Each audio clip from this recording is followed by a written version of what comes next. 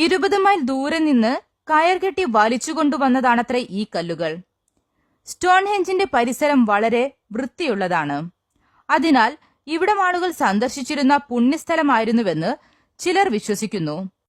പുരാവസ്തു ഗവേഷകർക്ക് സ്റ്റോൺഹെഞ്ചിന്റെ നിർമ്മാണ രഹസ്യങ്ങളെല്ലാം മനസ്സിലാക്കാൻ സാധിച്ചിട്ടുണ്ട്.